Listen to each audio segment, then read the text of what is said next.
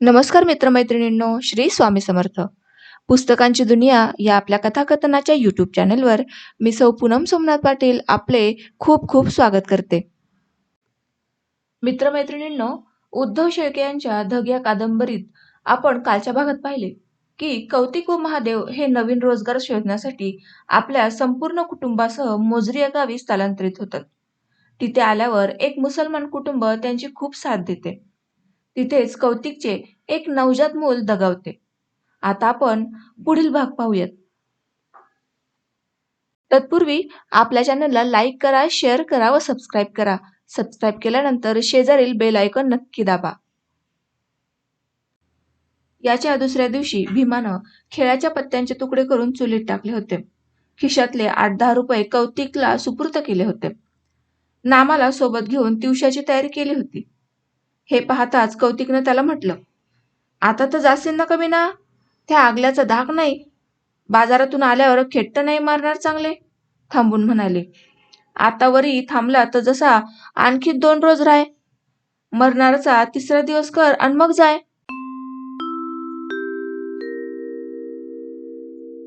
मरणाऱ्याच्या 3ऱ्या दिवशी कौतिकनं भीमापाशी 2 वाट्या दिल्या. एकीत गोमूत्र व दुसरी दूध घालून. त्या घेऊन भीमा स्मशानात गेला. तिथली माती सावडल्यासारखी केली. नागोनं सांगितल्याप्रमाणे हाती लागलेल्या झाडाची 2 पानं खोडली. त्यांच्या बाबळीचे काटे टोचून द्रोण केला. द्रोणात दूध अन गोमूत्र टाकलं. उदबत्ती लावली. नमस्कार केला आणि घरी आला. त्याला दारात पाहून कौतिक नव्यानं रडू लागली. तशी तो दूध गोमूत्राची वाट्या घेऊन जातानाही रडली होती. नंतर मात्र भीमा नामाचं मोजरी ते दिवसा येणं जाणं पूर्वीसारखं सुरू झालं. भीमा शेषरावच्या मिशनवर काम शिकायला प्रयत्न करू लागला. नामाचा अभ्यास सपाटून सुरू झाला. मास्तरनं वर्गात शिकवलेला शब्द न शब्द त्याने टिपून घेतला होता. याचा परिणाम त्याच्या घरच्या वागणुकीतही दिसत होता. घरी आल्यावर तो सापडेल त्याच्याशी इंग्रजी बोलण्याचा प्रयत्न करत होता. एकदा शाळेतून येताना त्याला बापाने विचारलं, आज जल्दी छुट्टी हुई क्या रे? तो ठसक्यात म्हणाला होता, यस. क्यों? व्हॉट माहित? तर एकदा कौतिक त्याला म्हणाली होती, मी काय म्हणतो? सांगन तुले नाव व्हॉट सांगायचं आहे ते. एकदा यशोदीला म्हणाला होता, यू आर माय सिस्टर. पुढं पुढं तर नामा प्रत्येक बोलण्यात त्याला माहीत असलेला इंग्रजी शब्द वापरत असे. नामा अभ्यासात रमला होता व अभ्यास त्याच्यात. मनाच्या आवडीनं व हृदयाच्या गोडीनं तो शाळा शिकत असल्याचं त्याच्या मास्तरनं वर्गातल्या इतर ढब्बू पोरांना हिणवताना अनेकदा म्हटलं होतं आणि म्हणत होते. नामाचं असं 1-2 महिने न अडता चालू होतं. मग मात्र अडथळ्यांचे त्याला अडवू लागले. त्या दिवशी 3 दिवसांपूर्वीपासून चिमत चाललेला यशोदीचा गाल अंगावरून हात कुरवळताना कौतिक त्याला म्हणाले, जाय रे पोट्ट्या, सकीनाले बोलावून आण. मले शाळेत जायचं आहे.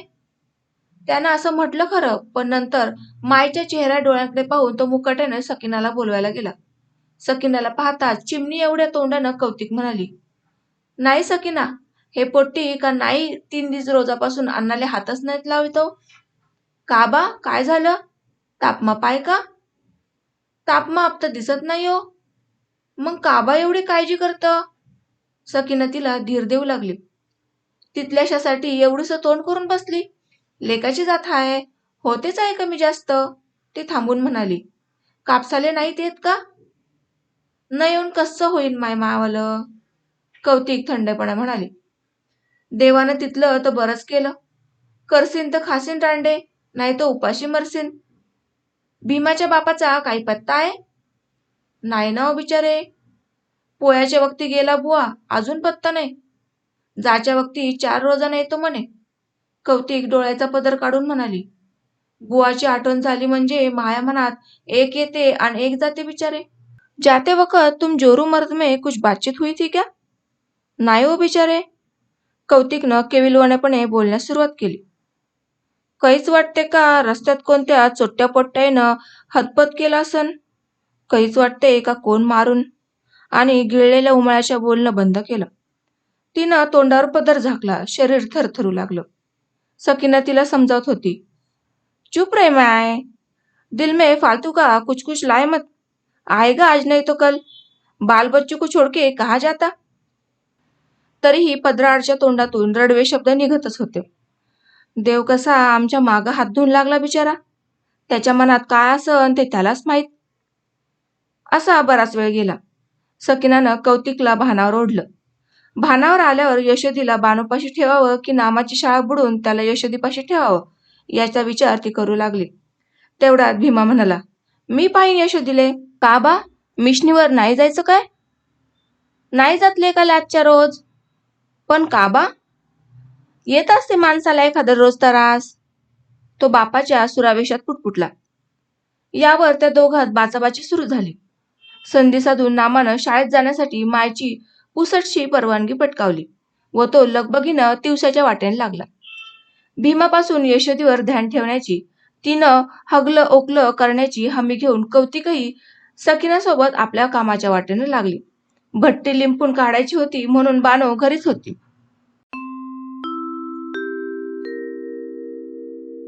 माय गेल्यावर झोपलेल्या यशोदीला घरात टाकून भीमा गावात गेला. चक्कर मारली. सोबत अजाब, शामराव वगैरेंना घेऊन पुन्हा आपल्या घरी आला.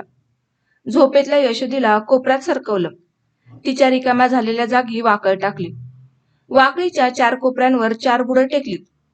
मधल्या रिकाम्या जागी पैशाचे व पत्त्यांचे ढीग पडू लागले. पहिल्यांदा भीमानं आपल्या जवळच्या 1.5 रुपयांचे 5-7 रुपये केले. तो जिंकत गेला. दुपार झाल्यावर शेणाचं टोपलं व पाण्याचं मडकं घेऊन मारून भट्टीशी आले. कणिक कुस्करताच तशी भिजवलेल्या चिखलात शेण कुस्करू लागली. तेव्हापासून भीमा खेळापेक्षा गप्पात अधिक खुश राहू लागला. गप्पांचा आवाजही वाढू लागला. त्याला निमित्त शामराव झाला. तो खेळातून उठून बाहेर जाऊन आल्यावर त्याच्या धक्क्यानं दाराला लावलेला दगड निघाला. दार लोटल्यासारखं बंद झालं. हे निमित्त करून भीमा मोठ्यानं म्हणाला, कम दे नजारक कम दे हवा, खोल दे खिडकी लगन दे हवा. दार सताड उघडल्यावर भात्याकडे पाहून शामराव हलक्यानं म्हणाला, मेरी राणी अभी भी सर है. अजाब म्हणाला, हं भीमा, मग त्या रसूल मियाचं बीबीचं काय झालं रे? आपली कथा कुठवर आली ती? हेही तुझ्या ध्यानात नाही काय रे? शामरावनं त्याच्या पाठीवर थाप देऊन म्हटलं, तुझे ध्यान आहे कुठे? रसूल जेहलात गेला. अजाबनं कथेचा संदर्भ सांगितला. मग जिंकलेल्या डावाची वसुली करू लागला. आण 4 आणि काढ पहिले. पुढ्यातल्या खुर्द्यातल्या ढिगातले पैसे बेपरवाने अजाबकडे सरकवत भीमा आपली कथा सांगू लागला. बाद में कुछ दिन बीत गए. तो भी करीबन 1-1.5 साल. ऐसा फिर क्या? एक दिन रसूल मियाँ के बीबी का चरखा टूट गया. आणि 4 आने इकडे. शामराव म्हणाला, और बीबी के खाने पीने का सहारा खत्म हो गया. ऐसा हुआ तो नहीं? अजब म्हणाला, 8 आने दे चल. बाद में बीबी ने अपने मियाँ को कारट लिखा. म्हणजे पत्र नाही रे? हाऊ, ते कसं लिहिले माहित आहे? नाही. 8 आने आण. कसं लिहिलं पत्र? सिकंदर के ऊपर बिलंदर गढे, गजरे का तुटा पाव. का रे, काबा थांबला? नारायण म्हणाला, तुझ्या जवळ पैसे आहे ना? नसन तर सांग, आत्ताच डाव टाकत नाही. आहे बे, अजून आहे. टाक, एक डाव टाक. हेच म्हणतो, नारायण म्हणाला. काबा थांबला? राणी भाग गई. साऱ्यांनी भात्याकडे माना वळवल्या. अजाब म्हणाला, हो गया ना आखरी धोका. नहीं नहीं, राजा धोखा कभी नहीं खा सकता. भीमा म्हणाला, वो बोलता की आमकी कैरी कब तक चुपेगी पत्तो के आड. असं झाक पडेपर्यंत चाललं. शेवटी भीमाने आपले खिसे उघडे केलते. माई यायच्या धाकानं दोस्तभाईंना त्यांच्या वाटेला लागायला सांगितलं. स्वतः वाकळ झटकून होत्या जागी टाकली. त्या संध्याकाळी लेकीच्या ओढीनं कौतिक वावरातून नेहमीपेक्षा येता येईल तितक्या लवकर घरी आली होती. सोबत आणलेल्या फडक्यातल्या अन घोळ्यातल्या तुरीच्या शेंगा एकात करत चिमणी एवढ्या तोंडानं यशोदीजवळ भीमाला विचारपूस करू लागली.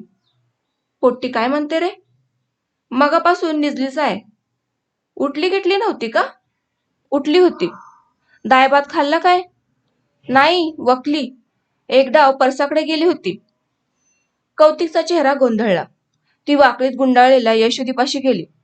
तिच्या अंगापोटावरून हात पसरताना विचारू लागली, बाई यशोदे, तुले कसे लागते ओ मा?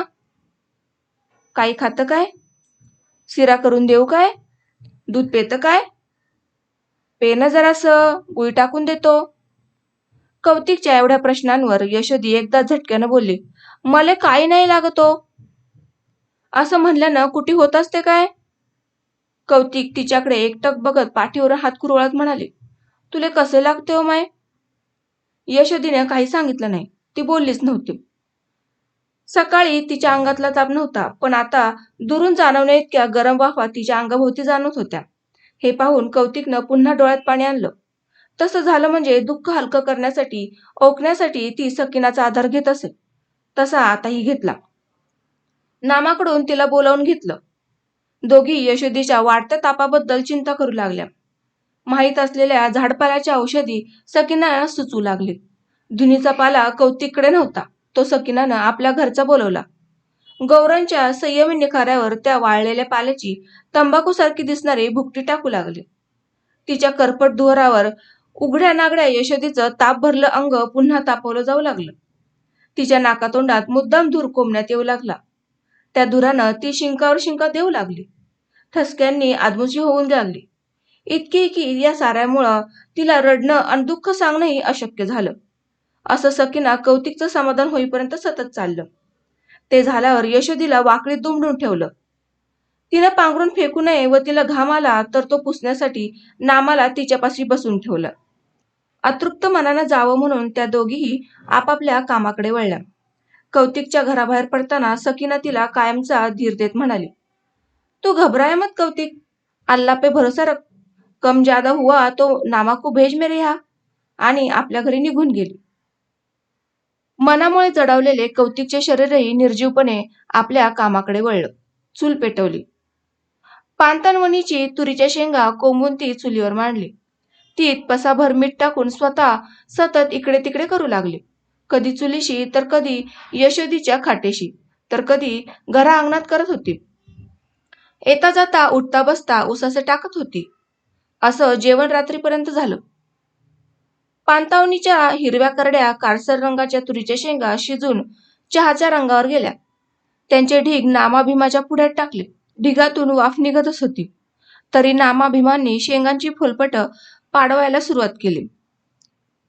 एका दीर्घ उशाशानेशी कौतिक विचारांची दिशा पेरून म्हणाले, भीमा, शेषराव मालासाठी उमरावतीला जाईन तर त्याले म्हणा, मायाबाप कुटीसा दिसला तर त्याचे ध्यान ठेवजो. पहिल्यांदा भीमा बोललाच नाही. कौतिकनं तेच म्हटल्यावर म्हणाला, मी नाही जात त्याच्या मिशीनवर. का बारे? नाही जात म्हणलं एक डाव. काही दिवा लावला असेल. कोण म्हणते? मग काबा जात नाही तर? माया जीवावर येते. कौतिकनं डोक्यावर हात ठेवले. उपरोधानं म्हणाली, मग माया संग कापूस येचेल चल ना. खरंच येत जाईन. काही लाज वाटते का कमी ना? मनाची नाही तर जनाची, तिला आडवत तो म्हणाला. अहो तो बिचारे, तो शिवणच शिकवत नाही. इथल्या दिवसात धड काचगुंड नाही शिकवलं त्याने मले.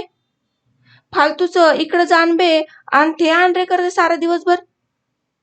तो बोलत असताना कौतिक त्याच्याकडे अविश्वासाने बघत होती. तो बोलतच होता.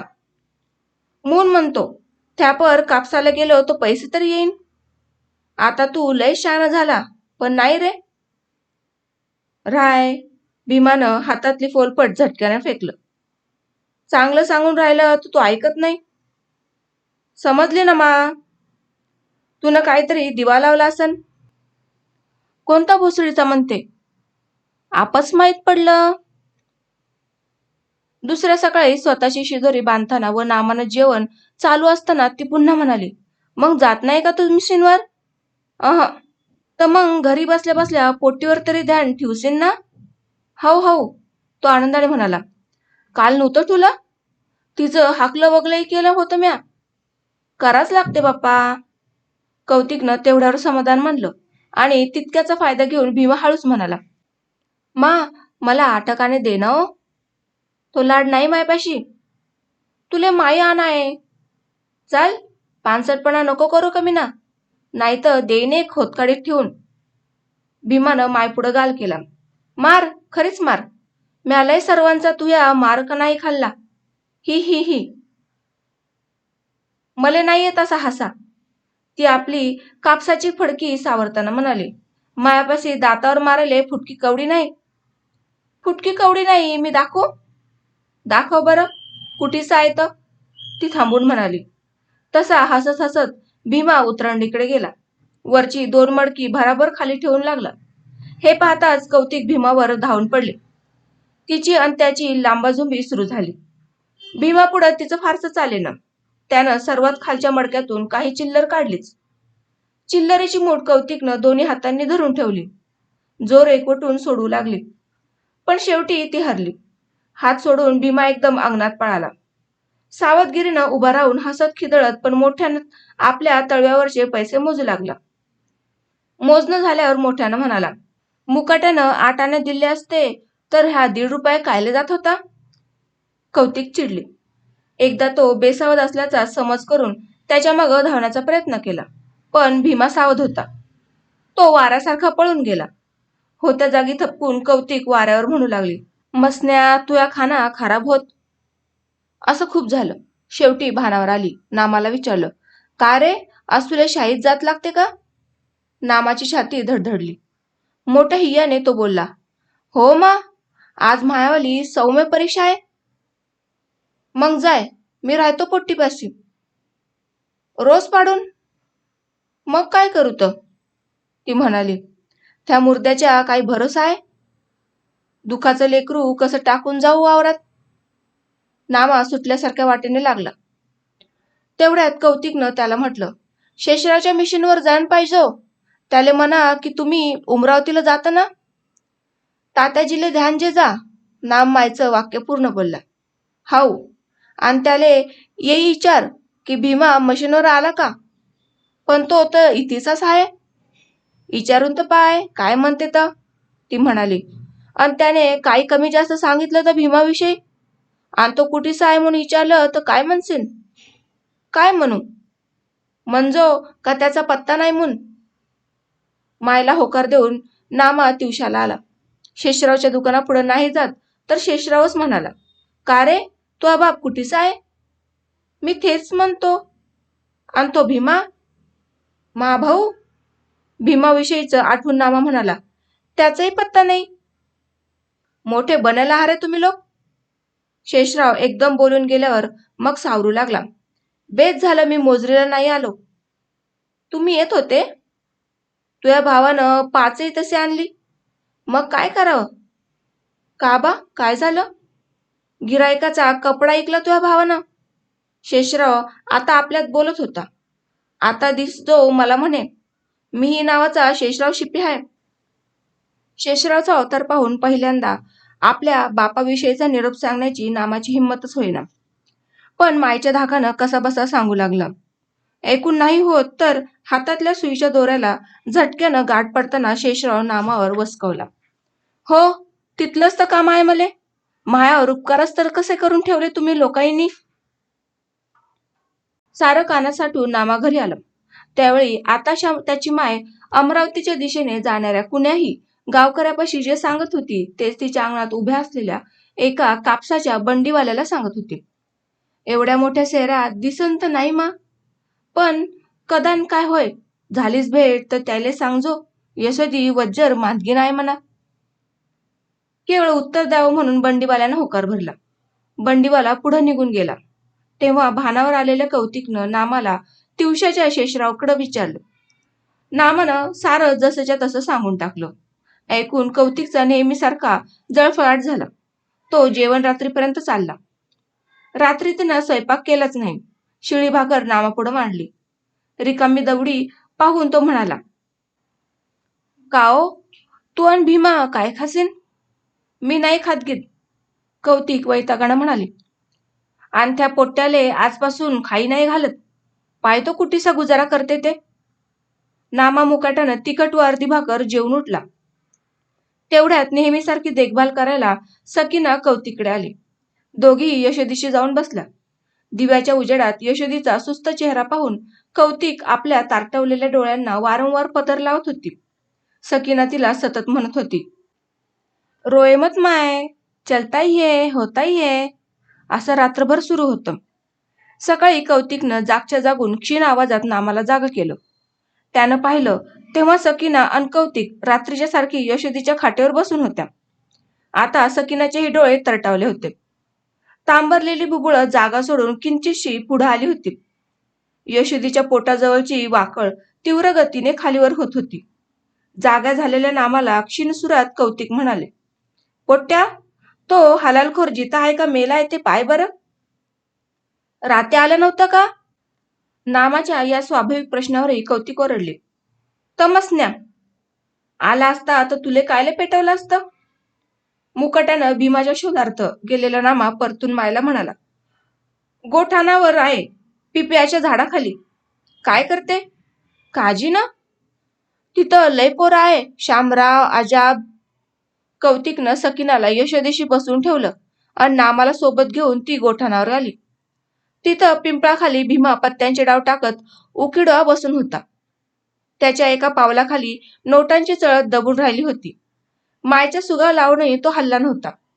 करावी म्हणून पावलाखालच्या नोटा खिशात कोंबण्याची हालचाल केली होती. चर्या करारी, नशा घेतल्यासारखी उग्र बनवली होती. कौतिकनं जवळ जाताच त्याला म्हटलं, का रे कमीना, तुले काय आहे? हे ऐकताच शामरावनं डाव वाटण्याचं थांबून निर्णयासाठी अर्धवट कौतिककडे व अर्धवट भीमाकडे पाहिलं. त्याचा गोंधळलेला चेहरा पाहून भीमा त्याला करारीपणे म्हणल्या, टाक, डाव टाकणं सुरू कर. संताप व अपमानानं थरथरत कौतिक म्हणाली, आता सांगू का तुला डाव टाकणं? हे पाय. तो एकदम तिच्याकडे उलटला. सुद्यामतीनं आली तशी चालती होय, मग मनसेन सांगितलं नाही म्हणून. भीमानं अकल्पितपणे अशी उलटी खाल्लेली पाहून ती क्षणभर हकपक झाली. मान राखण्यासाठी तिथनं वळताना म्हणाली, थांब कमीना, येऊ दे तुझे आगताले. नाही त्याच्या हातानं तुझे बोट बोट ठुटके उडवले तर माय नाव कौतिक नको म्हणू. तू कोणत्या नशेत भुलतं? आणि ती घराच्या दिशेने लागली. दुपारी शाळा बुडून घरी राहायची. नामाला नको असलेली पाळी त्याच्यावर आलीच. तशी ती यशोदीनं सर्वांवरच आणली. कौतिक तर घरी होतीच, पण सकीनाकडूनही कापसाला जाववलं नाही. अजिबात रोजंदारी बुडू नये म्हणून तिनं बानोला कापसाला पाठवलं. स्वतः कौतिक बरोबर यशोदीच्या खाटेशी बसून राहिली. जेवणा खाण्यापुरतीच व तीही बानो कासमच्या आग्रहानं घरी जाऊन आली होती. येताना नामासाठी मसराचं वरण अन दीड भाकर कौतिकच्या घरात देऊन आली होती. कौतिकनं स्वयंपाक केला नव्हता. ती उपाशीच बसून होती. घटके घटकेनं यशोदीचं अंगपोट कुरवाळत होती. ओलावलेल्या आवाजानं तिला हाक देऊन बघत होती. यशोदीचा ओ तर राहोच, पण ती रात्री 12च्या सुमारास मिटलेल्या पापण्या नुसत्या किलकिलेत देखील नव्हती. हे पाहून कौतिकचे अश्रू तिच्या लुगड्याच्या पदराला जुमानत नव्हते.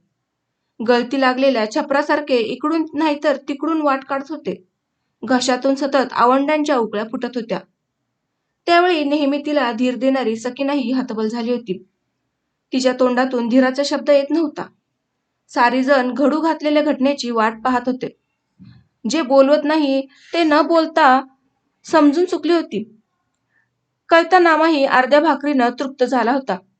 त्याची उरलेल्या एका भाकरीची भूक माय यशोदीच्या दुःखानं भरून टाकली होती. असं सतत दिवे लागणेपर्यंत चालू राहिलं. दिवे लागायची वेळ आली. वातावरण रानातून परतणाऱ्या माणसांच्या व गुराढोरांच्या आहाटानं गजबजून गेलं. डोक्यावरच्या कापसाच्या ओझ्यांनी वाकलेल्या बाया दारातून दिसू लागल्या. तेवढ्यात भात्या पासाच्या कासमचा आवाज कधी नव्हे तो सकीनाच्या नावानं ओरडला, अरे ओ कमिनी, वहा पर गडमिरी क्या?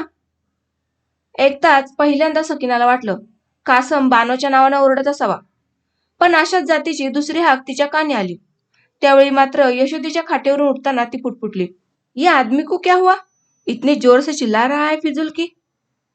जैला तपला कामावून आला सन, घरात भाकर माकर नसन. कौतिक स्वाभाविकपणे म्हणाली. तो भी क्या हुआ? ऐसा कभी चिल्लाता नहीं. ती आपल्या हद्दीत पोचून नवऱ्याला म्हणाली, डाका गिरा क्या? इतने जोर से चिल्ला रहे तो. बताने पड़ता क्या डाका कैसा होता है तो. कासम अधिकच भड़कला. साली, आधी उम्र की हुई लेकिन कौड़ोली अक्कल नहीं सीखी. लेकिन क्या हुआ? मुझसे तो बोलो. ती अपमानानं भडकून म्हणाली, घर में जाके देख.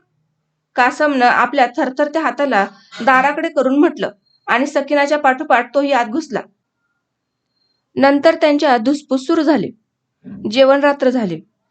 तोवर कौतिकनं नामाकडून खिचडी शिजवून घेतली. मग मेडशिंग उगाळताना तिला कसलीशी आठवण होऊन तिनं नामाला सकिनाकडे जायला सांगितलं.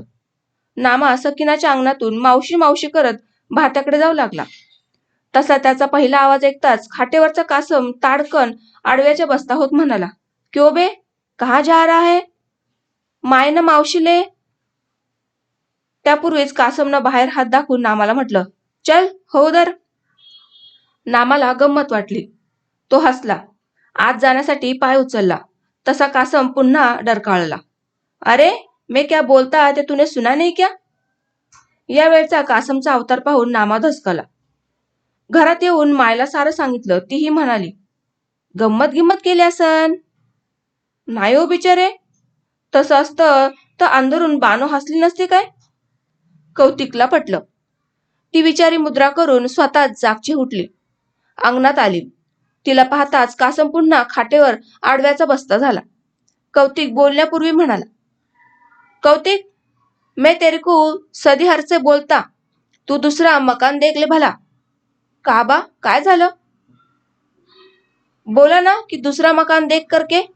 बस तो. कौतिकनं एकदा त्याच्या व एकदा स्वतःच्या दाराकडे पाहिल्यासारखं केलं. नंतर जागची न हलता कमरेवर हाताची कमान ठेवून म्हणाली, पण काय झालं ते तर सांगा. अंदर जाके पूछ तेर बहन को. कौतिक आत गेली. पाहते तर अंधाऱ्या कोपऱ्यात बानो बसली होती. उभ्या गुडघ्यात मान मुडपून हमसत होती.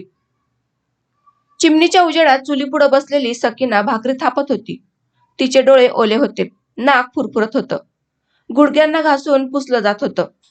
कौतिकच्या चाहुलीने दोघींपैकी कुणीच हल्लं नाही की पापणी उचलून तिच्याकडे पाहिलं पण नाही. कौतिक उभी राहिली. आलटून पालटून दोघी मायलेकींकडे पाहिलं आणि सकिनाला विचारलं, का ओ बाई, काय झालं? कुठूनच काही हल्लं नाही. सकिनाकडे सरकून कौतिकनं पुन्हा विचारलं, मी काय म्हणतो? तरीही तसंच. मग कौतिक सकिनापासून बानोकडे गेले. तिच्या पाठीवर हात ठेवला. डोकं पिसरू लागले. तसं बानोनं हमसायला सुरुवात केली. शरीर थरथरू लागलं. कौतिकनं पदराने तिचे डोळे पुसत म्हटलं, उगी उगी. तेवढ्यात कौतिकला बानोची छाती दिसली. पाहताच एकदम विचारलं, कुठतं काय न पाटलं? झालं. आतावर संयमात दाबून धरलेलं रडणं एकदम उफाळून आलं. सूर काढून बानो रडू लागले. कौतिक हकपक झाली. जराभर तिच्याकडून बोलवलंच नाही. मग एक निश्चयाचा उसासा घेऊन ती सकिनाकडे गेले. तिला उलटून बघत तिचे डोळे कोरडे करत हक्काने विचारलं, सांगत का नाही काय झालं तर? आता तू काय सांगितलेलं होतं आमचं करम? काही असो, जे काय असन ते सांग बा. मी तुही बहीण नोय काय? सकिनानं उसासा टाकला. डोळे कोरडे केले पण बोललीच नाही. सांगित नाही का तू? कौतिक म्हणाली, तू मले खासीन नाही तर सांगशीन. सकिना बोललीच नाही. हातातला पिठाचा उंडा जोर लावून मळत राहिली. कौतिक म्हणाली, तुले यशोदीची आण आहे? हित भोऱ्यावानाचे त्या बिमार लेकरायसी असं भलत असेल तर नको बोलू. तर मग काय झालं ते सांग. सकिना अगतिकपणे म्हणाली, काय सांगलेलं होतं माय? भीमा बानूच्या वाटी गेला. एकताच कौतिकचं शरीर पालीला पाहून विंचवाचं पडावं तसं सैल पडलं. मस्तकावर तळवे बडून ती म्हणाली, आण काय साव मा? आत्ता सांच्या पायरी पोट्टी कापसाचं गाठोडं घेऊन येत होती तवा. यावेळी कोपऱ्यातली बानो गळा काढू लागली. कौतिक आपल्याशीच बोलत होती. काय करावं या मसण्याचं? जिथं खाते तिथंच हाकते मुर्दा. आपल्याला तर जहर खायची पायी आणली का मी नाना? का याच्यासाठी या गावचा त्या गावी हिंड टाकून बसला होता म्हणाव हा हलालखोर. ती थांबून कानकोंडेपणाने म्हणाली, आता ये म्हणा माया घरात. एक तर तू जिथं राहशील नाही तर मी तरी राहीन. मायाकून नाही मरण होईन तर आत्ता जातो पाटल्याच्या इथं सांगतो का या मसण्याले झेलात टाका म्हणून. पोटचं झालं म्हणून काय झालं? तर मित्रमैत्रिणींनो, कादंबरी वाचनामध्ये मी आज तुमचा इथेच निरोप घेते. आजचा व्हिडिओ तुम्हाला कसा वाटला, आवडला का ते मला कमेंटद्वारे नक्की सांगा. आणि हो, व्हिडिओ आवडल्यास लाईक आणि शेअर जरूर करा. आता आपण पुढील भागात नक्की भेटूयात. धन्यवाद.